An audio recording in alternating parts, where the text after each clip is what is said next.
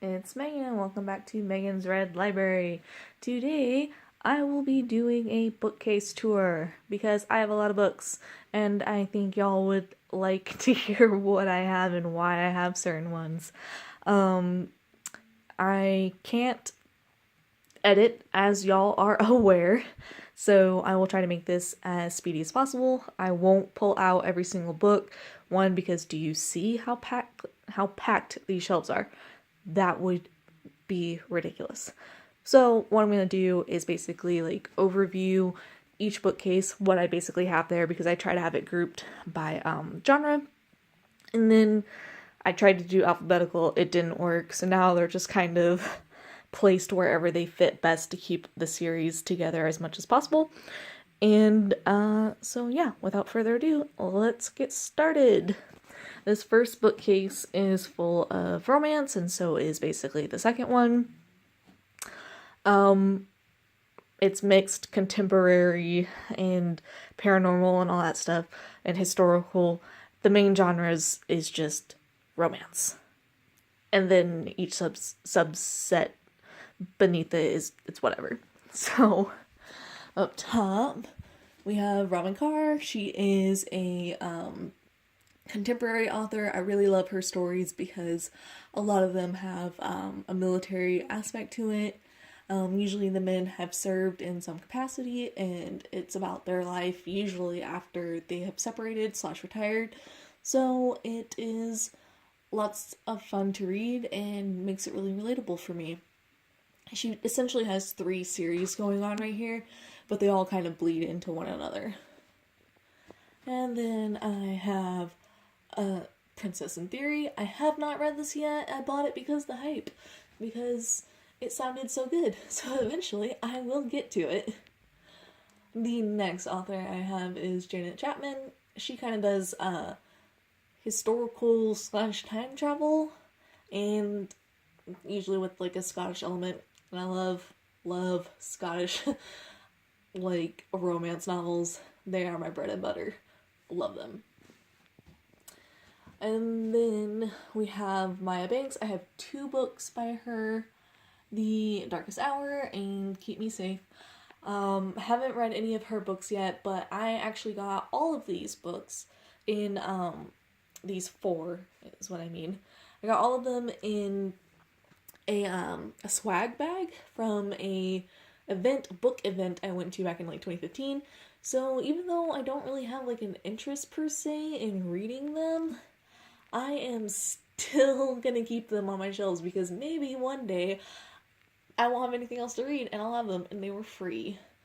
So then we also have Wicked Ties by Shayla Black. I don't know anything really about her. I don't know if she's good, mediocre, bad. It was just a free book in that bag. Then I have Chloe Neal. I actually did some research into this because it sounded super, super interesting. This is the first book in a complete series now. I think there's 12 overall. Some Girls Bite.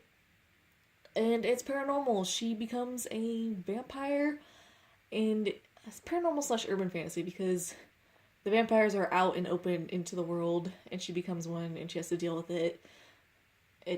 It sounds good. I want to read it eventually.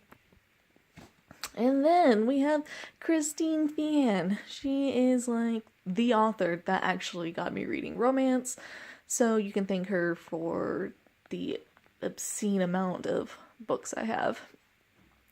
This series is the Dark series / Carpathian series because it is a race of humanoid people called the Carpathians, and you would think that they're vampires, but they're not, because the men can turn into vampires, but if they do, they are the epitome of evil. So the male Carpathians are hunters of the vampires, and this is very much a soulmate series. Like, the man sees the woman and it's like immediate. Like, it's not fully insta-love because like they don't know the female well enough to be like, I love you, but it's definitely like, we're mates, we're gonna be together, we're life mates, and if you don't want to be my life mate, then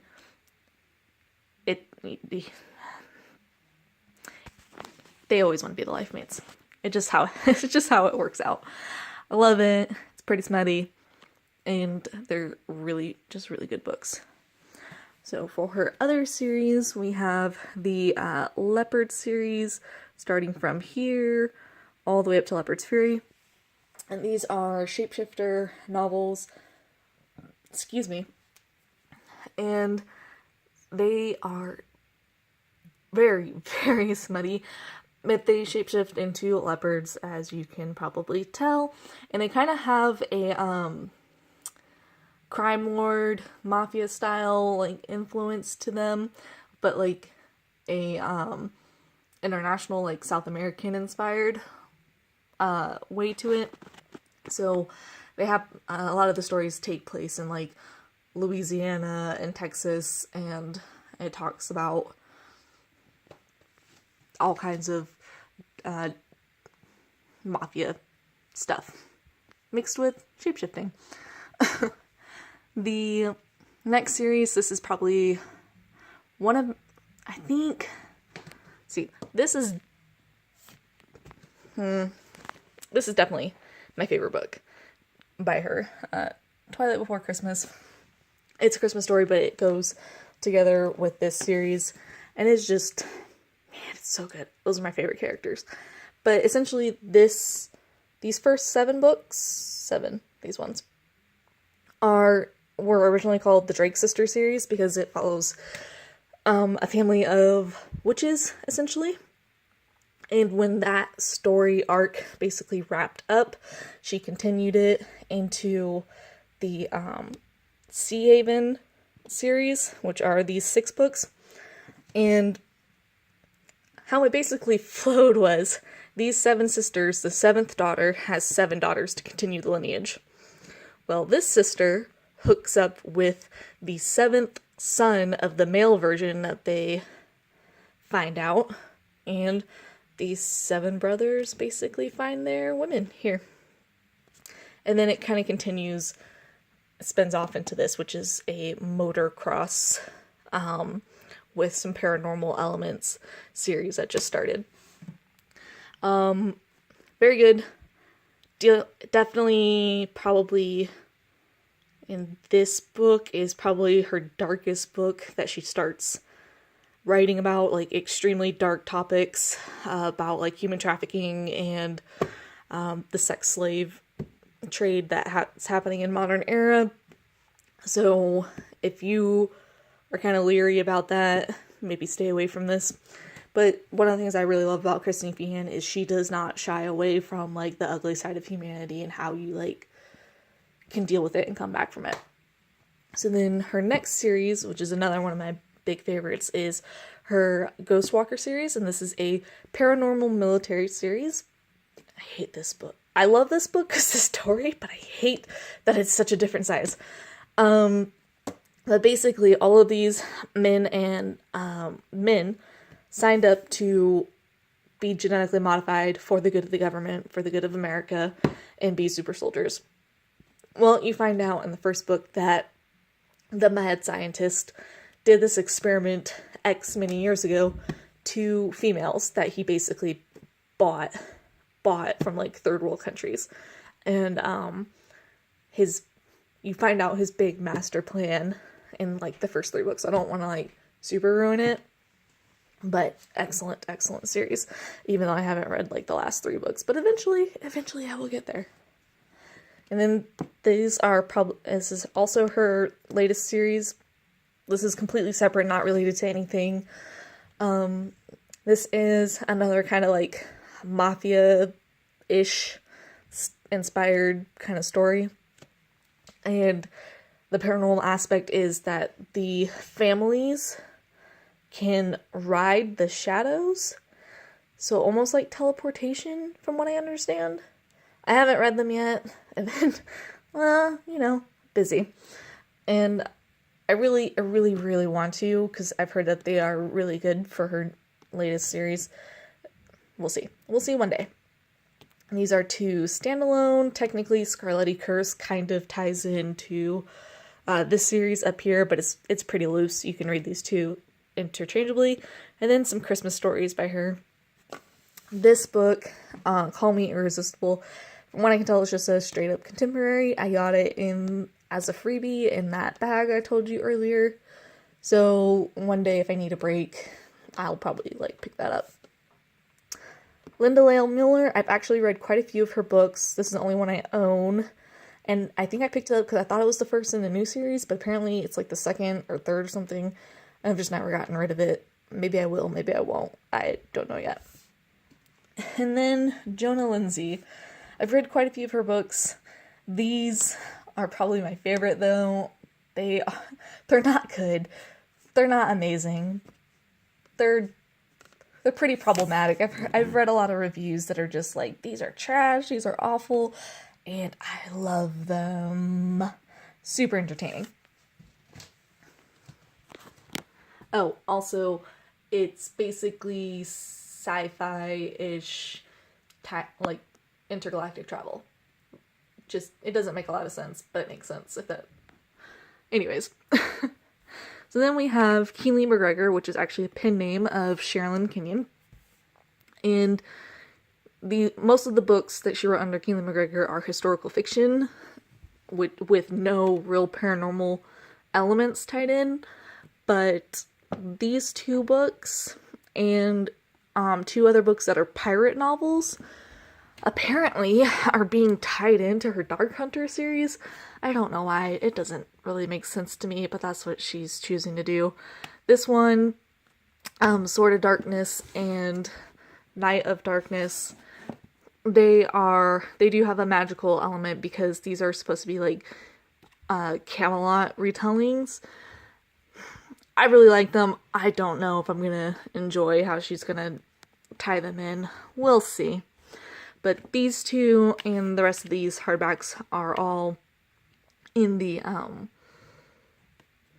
how do you say, historical fantasy, not historical fantasy, historical fiction, and just straight up, like, romance, super cheesy, I love it. This one's my favorite, Born in Sin, but all of these together make, like, an excellent story arc.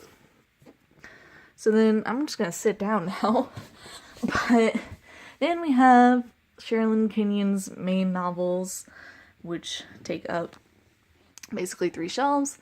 So then these are the paperbacks that I have in the Dark Hunter series. Again, these are basically like vampire hunting series. So each book is a different couple getting together. And the men, most of the men, are vampire hunters, but they're not called vampires, they're called daemons. So I love this series a lot, even though it gets very convoluted and confusing, so much so that I started collecting them in hardback as well as paperback, so I have some duplicates. And then this is her young adult series, The Chronicles of Nick, which is basically the teen years of one of the main characters that you meet in here, and it's super sad what happens to him, but this kind of explains like his childhood. And with this series, she really plays with like time and like how going back in the past can only change so much. Like some things, no matter what you do, will happen. So it gets kind of confusing because you're trying to figure out like what actually happens, but overall, very good. And then we have Sherilyn Kenyon's Bad Agency novels. These are completely human, normal. They basically follow men and women who, which, by the way, it's from these 5 books. They serve in the Bad Agency, which is a basically black ops government group. Really cute.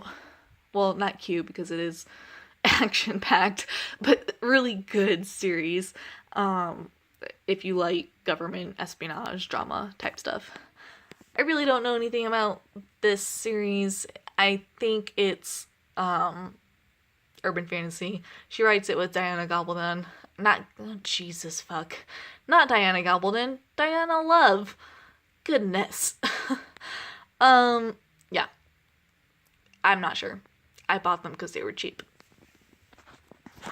And then we have her sci-fi series. Basically, like, this is super, super popular. Again, have not read a single one of these. From what I've read, it kind of has to deal with these first 3 books that people overthrow an evil dictatorship. And then somewhere in these books, the new government that was instituted becomes the evil government. Or the kids of the overthrown government want revenge. Something like that. I've heard really good things. Eventually, keyword of this entire video, I will get to them. And then I have more historical romance.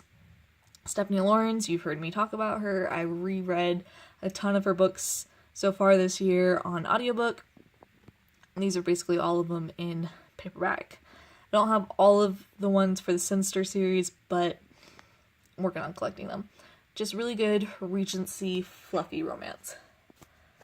This series by Laura Lee is the Breed series, and I was duped into it thinking that I was buying all the books, like from the first book, but I wasn't. Apparently there's 10 books or so that come before Megan's Mark. So I've read Megan's Mark and Harmony's Way. I thought I could just read them and it would be fine, but honestly it made it really hard because there was just so much background knowledge that you could see was missing. Like, it was still enjoyable, but I need to know. So I'm not reading any of those until I get the rest of the books. Then we have A Seal at Heart. I really don't know what that book is about. It was one of those free books. I bought November 9 and Me Before You on a whim because people talk about it on YouTube all the time and I want to see what the hype is. Also, Me Before You was made into a movie and I needed to watch it. So this is the first shelf and I will wrap that up for that because this is already 17 minutes long. And I will see you in the next one.